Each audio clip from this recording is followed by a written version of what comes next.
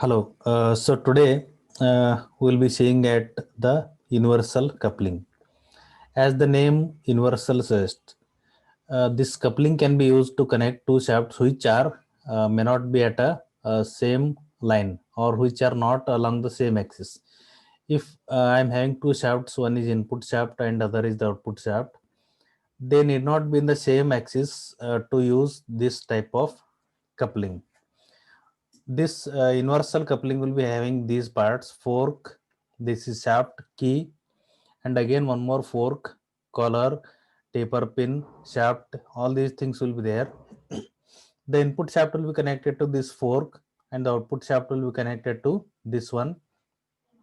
So when we are maintaining certain angle between these two shafts, at that time also we can use this type of inverse coupling. So we can use the input shaft will be usually rotating with constant angular velocity because it is moved by a prime mover. But when you are using this type of coupling and when the input shaft and output shaft are maintained at a particular angle, the angular velocity of the output shaft will be not constant like a input shaft. It will be varying and it will be keep on changing. But one thing that is sure is whenever the input shaft completes one full revolution, the output shaft will be also completing one full revolution but with different velocities.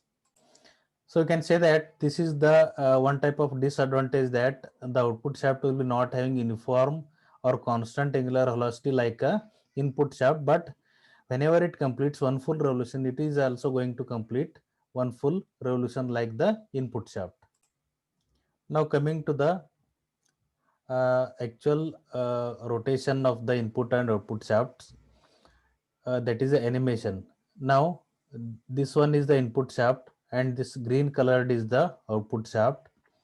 So these are the variables provided. Beta is the angle between input and output shaft. So this one, if I am making 0, we can see that the input shaft and output shaft are along the same line, is it not?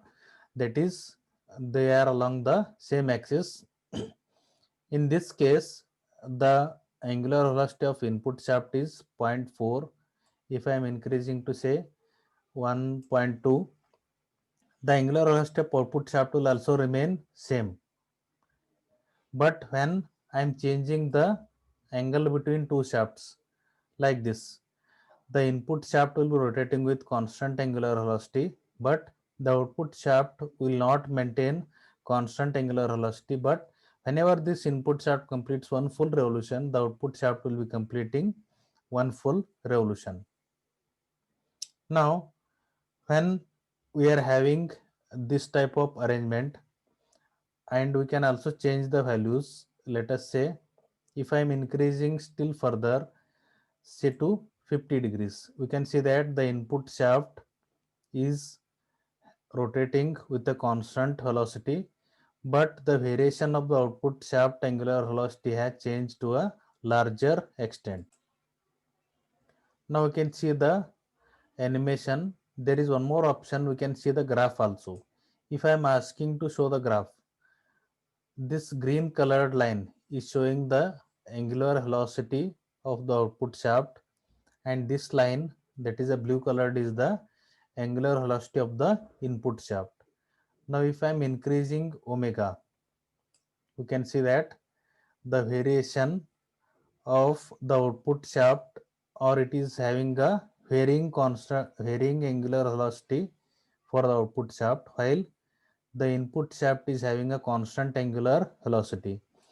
If I am decreasing this beta, we can see that always the input shaft will be rotating with constant angular velocity, but the variation of angular velocity of the output shaft is minimum as compared to the previous case.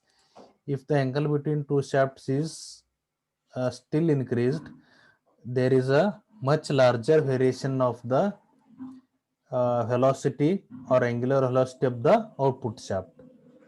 So like this, using this type of universal coupling, we can attach two shafts which are not along the same axis.